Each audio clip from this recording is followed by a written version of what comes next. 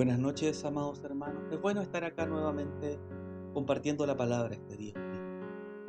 Hoy día vamos a estar hablando sobre el tema: ¿podemos conocer los caminos de Dios? Yo sé que ustedes conocen más o menos la historia de Israel. Conocen que hace mucho tiempo habían dos reinos, el reino del sur y el reino del norte. El reino del norte fue conquistado por Asiria, donde cada uno de sus habitantes fue repartido a cada uno de los rincones de este imperio. El reino del norte más tarde fue conquistado por Babilonia, destruido el templo y llevado todos los príncipes y todos los reyes y principales del reino de Israel, el reino del sur, fueron llevados en cautiverio a Babilonia. Hacia el fin de este reino, del reino del sur, del reino de Judá, vivió el profeta Isaías. Antes de que fuera destruida la ciudad de Jerusalén, antes de que fuera destruido el templo, vivió el profeta Isaías. Y el profeta Isaías habla de esto, de Dios. Dice: verdaderamente tú eres Dios que te encubres. Isaías 45:15. Eres tú Dios que te encubres. En esos momentos, cuando está escribiendo estos versículos, el pueblo de Judá pasaba por una de las derrotas más grandes de su historia. A pesar de ser el pueblo de Dios, el pueblo elegido, el pueblo de las promesas y los pactos, el pueblo de Judá estaba cayendo bajo el pueblo babilónico, bajo el imperio babilónico, bajo estos hombres que eran malvados, idólatras. Dios estaba permitiendo que cayeran los muros de Israel, los muros de Jerusalén, y finalmente destruyeran el templo. Y Dios no intervino para detener. Dios no los detuvo. Y los judíos que estaban ahí presentes podían haberse preguntado: ¿por qué Dios hacía esto? ¿Por qué permitía a Dios que el enemigo simplemente entrara a la ciudad? Se preguntaban si Dios podía efectivamente salvar, o entrar ya a preguntas abiertamente pecaminosas como: ¿es Dios capaz de detener a los babilónicos? En estos versículos, en este capítulo, entre el capítulo 44 y el 45, Isaías pone la gota que rebasa el vaso. Isaías habla de una liberación futura. Habla de que en verdad los babilónicos van a entrar en la ciudad, pero va a haber una reconstrucción y un nuevo comienzo. Pero este comienzo va a ser a manos de un gentil, no a manos de alguien de la casa de David. Isaías 45, el versículo primero dice: así dice Jehová a su ungido, a Ciro. Ciro iba a ser quien iba a reconstruir la ciudad de Jerusalén. Ciro, un gentil, un hombre completamente ajeno a cualquier pacto, a cualquier promesa. Él iba a ser el libertador de Israel. Parecía que Dios estaba riendo de los israelitas. No podía ser peor. Gentiles, personas idólatras estaban en contra, destruyendo el pueblo, destruyendo el reino de Dios, el reino de los santos, el reino del pueblo. Y un gentil también iba a reconstruirlo.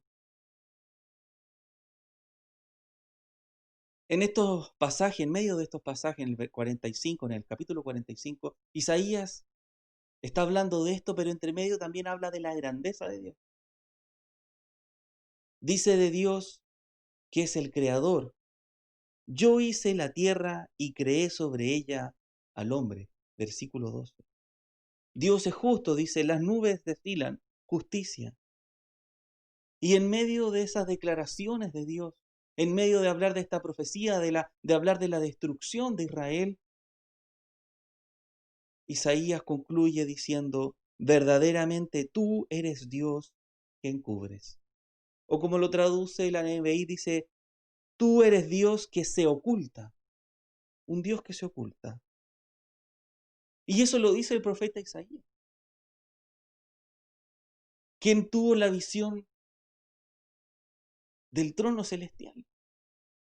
Lo dice el profeta Isaías, que tenía una comunión directa con Dios, quien hablaba con Dios, que le revelaron distintas maravillas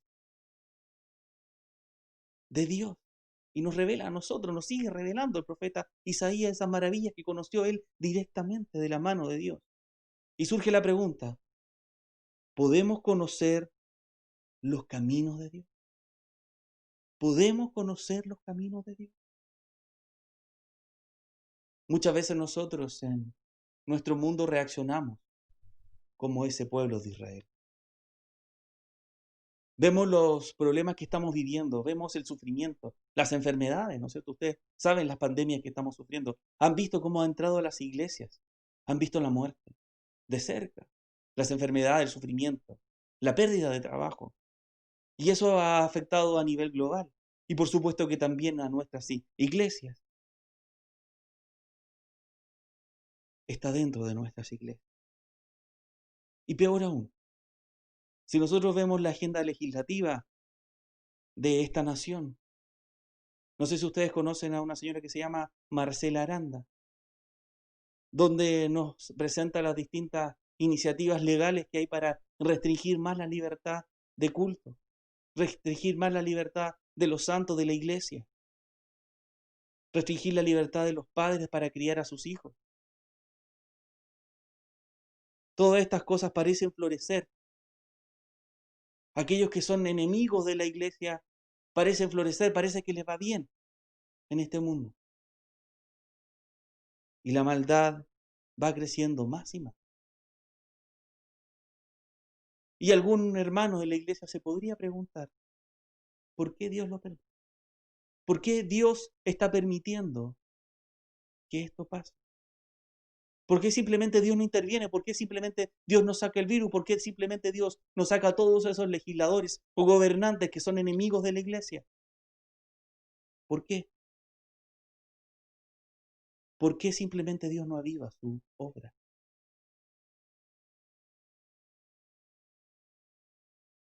Y alguien podría preguntar si Dios es acaso indiferente de lo que está pasando, de lo que nos está pasando a nosotros como pueblo de Dios.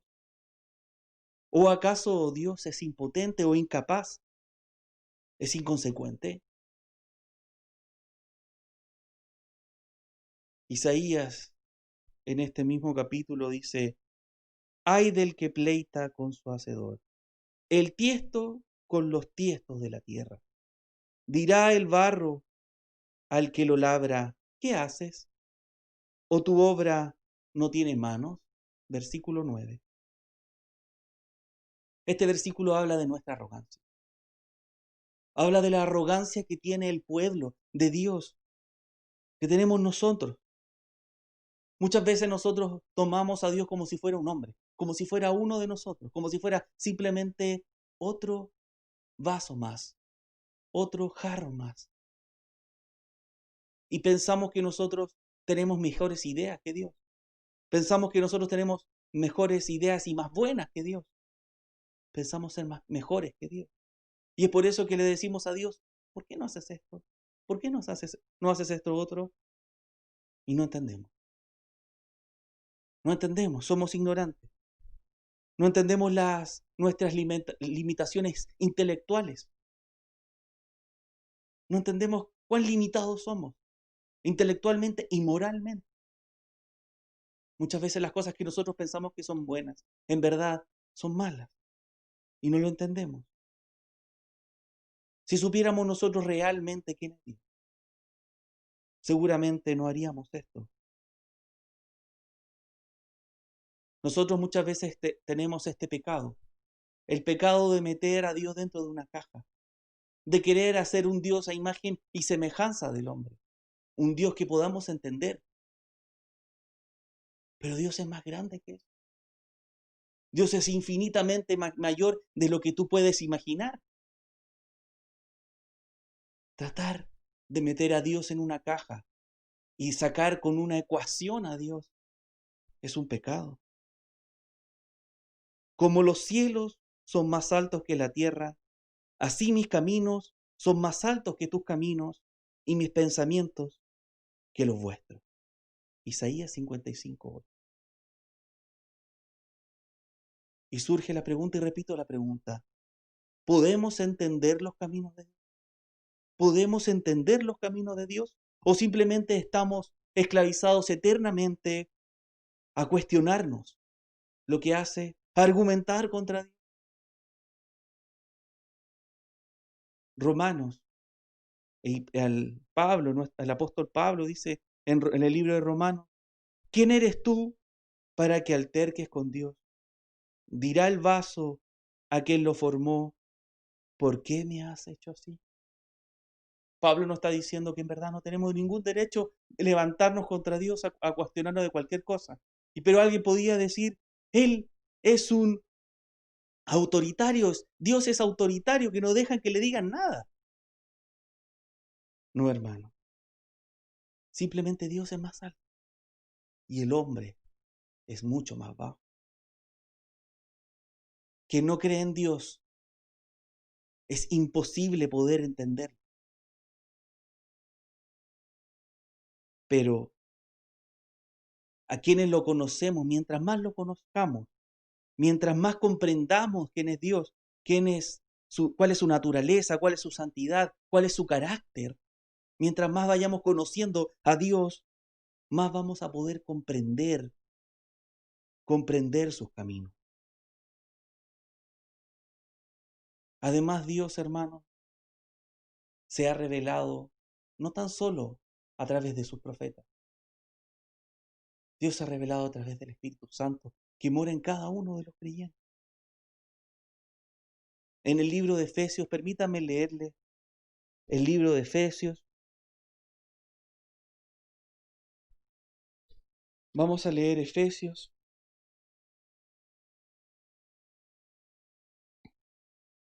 18 y 19. Y esta es una oración que hace Pablo a estas iglesias asiáticas, a la iglesia que se encontraban en la actual Turquía, y le dice así: para que seáis plenamente capaces de comprender con todos los santos cuál sea la anchura, la longitud y la profundidad y la altura, de conocer el amor de Cristo, que excede todo conocimiento, para que seáis llenos de toda la plenitud. La oración de Pablo era para que nosotros podamos conocer el amor de Cristo, el amor de Dios. Y lo ponía en términos dimensionales: la altura, la profundidad, la anchura, para que lo conociéramos en todo. Nosotros podemos conocer a Dios. Nosotros tenemos el Espíritu Santo que nos permite ir y profundizar en los caminos de Dios. ¿Podemos entender sus caminos? Sí. Pero para eso, hermano, para entender los caminos de Dios, yo te diría que dejes de lado todos tus cuestionamientos. Deja de lado los cuestionamientos. Y todas tus argumentaciones déjalas de lado y arrodíllate. Arrodíllate a Dios y adórale. Adora a Dios. Y corrige toda esta mala actitud que tienes con Dios, preguntándote una y otra vez: ¿por qué hace esto? ¿Por qué lo permite Dios? Y en ese momento tú comenzarás a comprender los caminos de Dios. Antes de terminar, quisiera leerles unos pasajes. Estos están hacia el final del capítulo 11 del libro de Romanos. Versículo 33 en adelante dice: oh profundidad de la riqueza de la sabiduría, de la ciencia de Dios. Cuán insondables son sus juicios e inescrutables sus caminos. Porque ¿quién entendió la mente del Señor? ¿O quién fue su consejero? ¿O quién le dio a él primero para que fuese recompensado? Porque de él y por él y para él son todas las cosas. A él sea la gloria por los siglos. Amén. A él sea la gloria. Vamos a orar. Padre amado, te doy gracias, Señor, esta hora porque podemos estar ante tu presencia. Señor, sabemos que tú nos oyes, amado Padre. Sabemos que tú estás donde hay uno o dos, Señor. Tú estás con nosotros, tú estás en medio de nosotros, amado Padre. Señor amado, permite que el Espíritu Santo nos guíe. Como dice, como dice el apóstol Pablo, para que podamos conocer todas las dimensiones, la altura, la profundidad, la anchura, el largo del amor de Cristo. Señor, permítenos profundizar en el conocimiento tuyo, amado Padre. Queremos tener esa relación estrecha, así como la teníais ahí, amado Señor, para que tú nos reveles, amado. Podemos decir que tú eres un Dios que se oculta, pero también eres el Dios que se revela a través de tu Espíritu Santo, amado Padre, a través de Cristo, a través, Señor, de todo el Nuevo Testamento que está para nosotros, amado Padre, mostrándonos el camino a Jesucristo, el camino de la fe y el arrepentimiento. Gracias, Señor amado, porque podemos adorarte eternamente y para siempre. En el nombre de nuestro amado Señor Jesucristo. Amén. Amén, hermanos, y buenas noches.